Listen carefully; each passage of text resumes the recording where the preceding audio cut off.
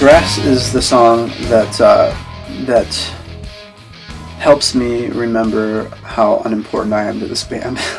I wrote this song, and it's, well, first of all, it's very unique in that it's probably the only song that I've written, and definitely the only song I've recorded, that's just a love song. The sound of it was like just really kind of laid back and kind of had a John Mayer feel to it. I was pretty sure they wouldn't like it, just because I always bring them slow songs, and they're always like, why don't you bring us some fast songs?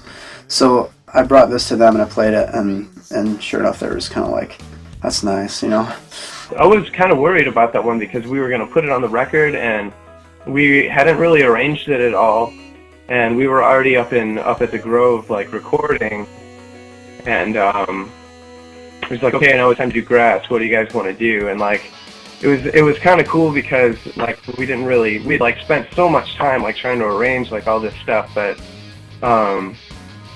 like Brett just like, he didn't like take like a second to think about it. Like he started playing this thing, and like we all just kind of jumped into it, and it was like, it was a little heavier and kind of funky. When we were doing the scratch tracks, we were recording the scratch tracks in the barn, and we got together and we were like, okay, now we're gonna do Grass. And we just stood there for a minute, and someone was like, okay, we kind of want this to be electric driven, and just what if, okay, this is gonna be Brett and James, and then all of a sudden they just came up with this crazy thing, and it just rocked so hard, and we were all just like, ah! I don't know, it was really cool. Brett just started playing this dun, dun, dun, dun, dun, dun, started grooving, and I was like, that sounds really cool for some other song, you know, but not this one. And then Nick started playing with him, and James, and it's like, what's going on? So I was like, all right, so I'll just sing the words to this song, and the first time it went through, it was like, it really gave that song life. It sounded really good. We really loved it. I remember just hearing in my head some things that I think was influenced by some U2 that I was listening to at the time. And it was a very repetitive, kind of a riff-based sound. During the recording process, what was fun to see was whenever Nick and James were doing the drums and bass, and they were basically doing the outtake where the last words have been said, and now it's just the band playing. And it was fun to see them go, because James at one point I think had thought that the song, once it got put on the album, would already have ended. And so he really started to kind of ad-lib and do some improvisation, and Nick too. And so that was really cool to see. When we were recording Grass, Brett wanted to fade his guitar in, so in order to do that, we instead of just using a pedal, we took one of the microphones, and this place is huge, I mean, it's enormous. So we walked downstairs from where we were at, 'cause we were in the top of this barn. There's actually a kitchen down there, and there was this like big, huge, gross fridge, and there was this cricket that was like louder than anything, and so we positioned the mic to like pick up the fridge and the cricket, and it was like louder than the guitar was upstairs, and so we started that recording with that, and he's playing, and so we fade from that one to the other mic, and if you listen really carefully, you might be able to hear the cricket in the intro of that song. I think what was different this time is whenever we did our initial scratch tracks, we were able to do that all together as a band.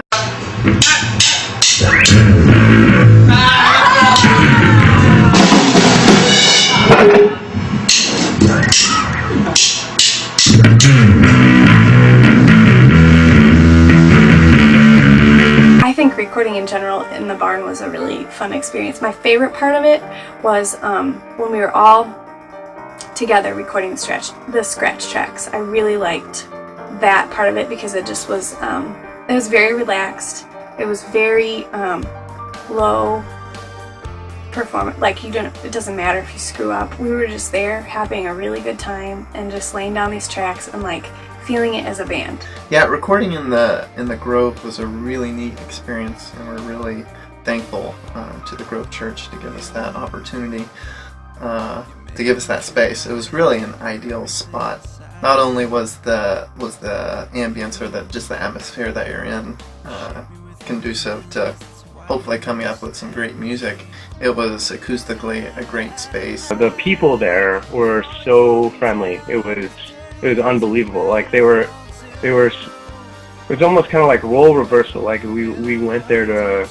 Well, we pretty much just asked them, like, could we please use the space? We'll try to stay out of your way and everything. They were like, oh, that would be awesome. And they acted like we were doing them a favor. Like every time we were in there, they were like, you know, can we do anything for you guys? Or like, you know, just making sure everything was set up and all this stuff. But they were just really, really outstanding people and really friendly. And I mean, without them, I mean, it would have been. I mean, we might have figured out something else. But like that was just like the perfect solution. It was very hot when we recorded up there, but I think that's almost a good thing, because when we get together, sometimes, you know, we don't have like a sense of urgency, like when we're recording things or when we practice or things like that. But you know, when it's like 100 degrees and like we have like 4 songs to do and like one more night to do it, like people will work pretty efficiently to get out of there. It was like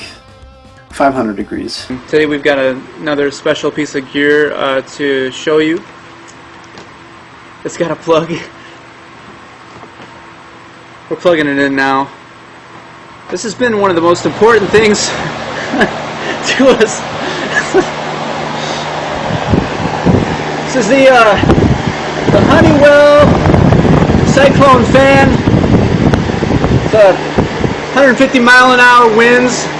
You can't even hardly hold it. The mixing and kind of the final tweaking of the songs after the recorded tracks or the tracking was done, that was also great too, because I mean, it was hard because we started out, Nathan started the initial mixing, and he was sending out different mixes and we were evaluating things, and this is an area where we're probably still growing. We probably thought, oh yeah, this is sounding great. But then as time went on, and I think after Nathan you know, reviewed some of the final mastered songs, we realized it really wasn't at the level that we thought it could be. I remember Nathan came into the house, came in from the car, from driving home on the way home from work, and had listened to it in the car, and it sounded really bad. And he came in and he just said, I'm going to have to do the whole thing over. And I didn't even know what to say. That night when we got the mastering back and we weren't happy with it, I got online and I kind of gave my sob story to Niraj, and I really wasn't trying to like get any handouts or anything, but he was like, you know, don't panic. Why don't you just send me one of your songs, and I'll just do a rough mix and send it back to you, just so you can hear the difference between whether you do it or whether you have someone else do it, whose ears not expose everything, you know, all the tracking. He sent it back to me on vacation, so I burned it to a disc and we listened to it on the way home in the car. And it was like night and day. I mean, on one hand I was really happy because I knew that our music could sound the way that it did in my head. On the other hand, I felt like a really pretty terrible mixing engineer. But for the most part, it was a relief. What I took away from MaryAnn was there's just a real sense of unity in our band, and a really strong sense of purpose and direction. I think that as a band, it was a really, really super positive thing, just because we collaborated so much, and just as musicians grew together a lot through that whole process, and even just our I think even our live performances started to get a lot tighter and a lot more powerful.